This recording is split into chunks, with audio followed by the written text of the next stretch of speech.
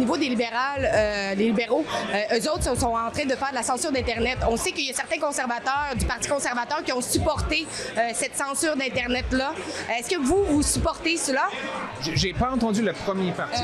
Les libéraux, en ce moment, sont en train d'essayer de mettre un plan pour la censure de l'Internet pour arrêter ça. Je suis contre. Et en fait, j'étais parmi des députés qui qui ont travaillé pour battre le projet de loi C10 dans le dernier Parlement. Maintenant, c'est C11.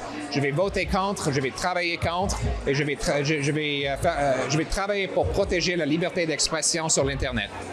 Now, some of the work I think I'm most proud of is our work from our team of journalists, particularly the new ones in the post-debate scrums. They asked real questions, not CBC's "what would you do about climate change" questions that nobody cares about except, of course, the CBC and the Liberals who don't get a vote here. Take a look. Monsieur Charest, bonjour Alexandra Lavoie pour Rebel News. Avec l'influence croissante d'organisations telles que l'Organisation mondiale de la santé et le Forum économique mondial qui s'infiltrent au sein des cabinets du gouvernement canadien, comment allez-vous assurer la souveraineté de la nation pour que le pays puisse faire ses propres choix économiques et en termes de santé face à ses intérêts mondialistes? La PSU n'a pas eu de questions. Moi, je pense qu'on devrait passer à Michel Sapoche. Je suis désolée. Rebel a déjà eu des questions. Pas avec M. Charest, merci. Ben oui, votre collègue a eu des questions. Écoutez, je ne crois pas que le Forum ou le WEF menace la souveraineté du Canada. D'ailleurs, la dernière fois que j'étais là avec Stephen Harper. Et en follow-up, envisagez-vous de voir le Canada adopter l'identité numérique? Et si c'est le cas, quels mécanismes seront en place pour empêcher ceux au pouvoir de désactiver notre identité ou notre argent? Car on doit se l'avouer qu'avec le gouvernement Trudeau, ce qu'il a fait aux camionneurs a laissé un goût amer aux Canadiens en termes de sécurité numérique. Bon, écoutez, je vais prendre ça comme étant un commentaire. Et s'il y a d'autres questions, je vous en prie. Michel. Alberta has some of the most ethical oil on earth, both in terms of human rights and environmental concerns.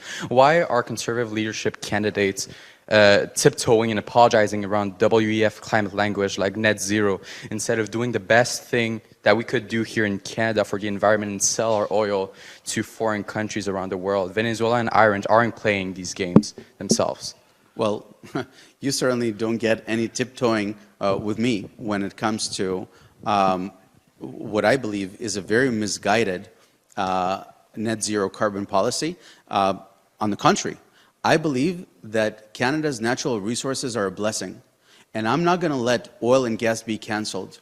And our natural resources are good not just for our strategic interest and our economic bottom line, they're great for the planet, because Canadians can derive energy cleaner and safer than any other nation on earth. So I'm going to free Canadian oil and gas. I've been to Alberta 3 times since this leadership race began.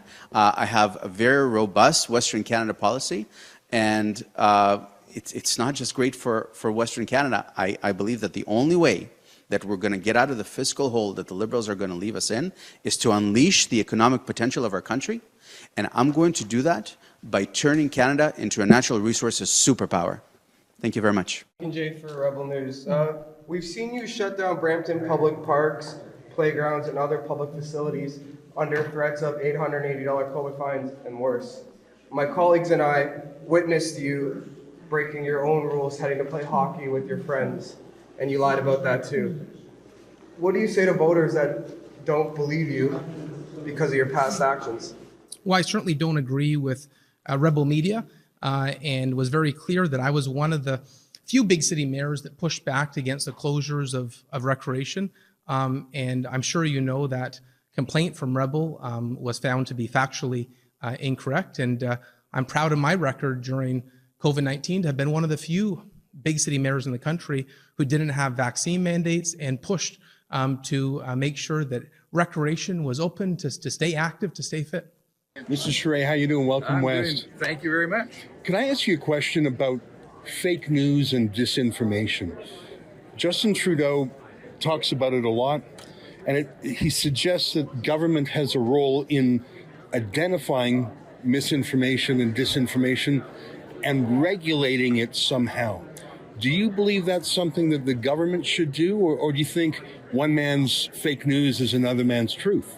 I don't know how you do that. That's a challenge. I don't know how you distinguish all the nuances and the shades of information to make a ruling or a decision. I don't know who makes that.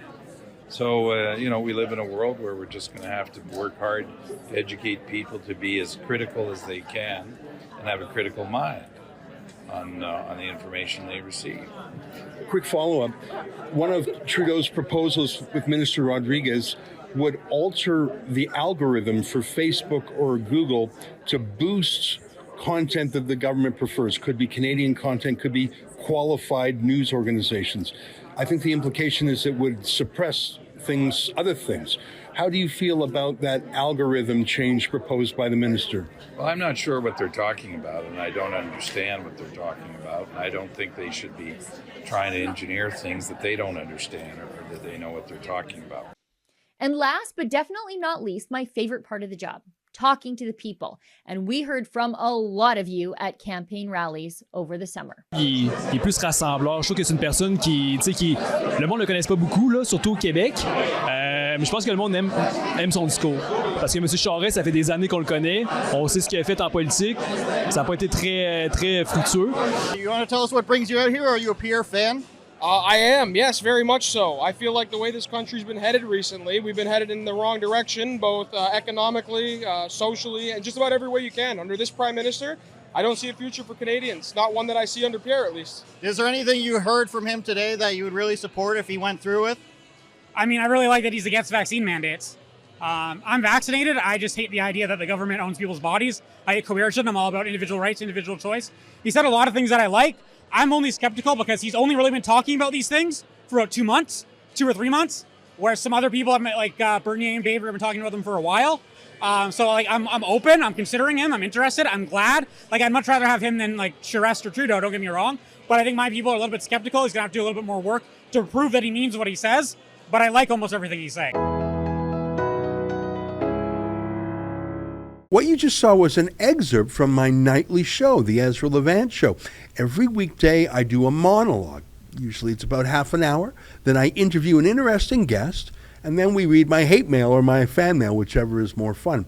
It's only available behind a paywall, though. That's how we pay our bills here at Rebel News. We don't take a dime from Justin Trudeau. But the good news is it's only $8 a month, about half the price of Netflix. And in addition to my nightly show, you also get weekly shows from 4 other friends here at Rebel News. So you're getting 36 shows a month just for $8. I think it's worth it. And even if you're not quite sure, do it anyways, because we rely on viewers like you to keep us free and independent. I promise you I'll never take a dime from Trudeau. Just go to rebelnewsplus.com and click subscribe. Thanks.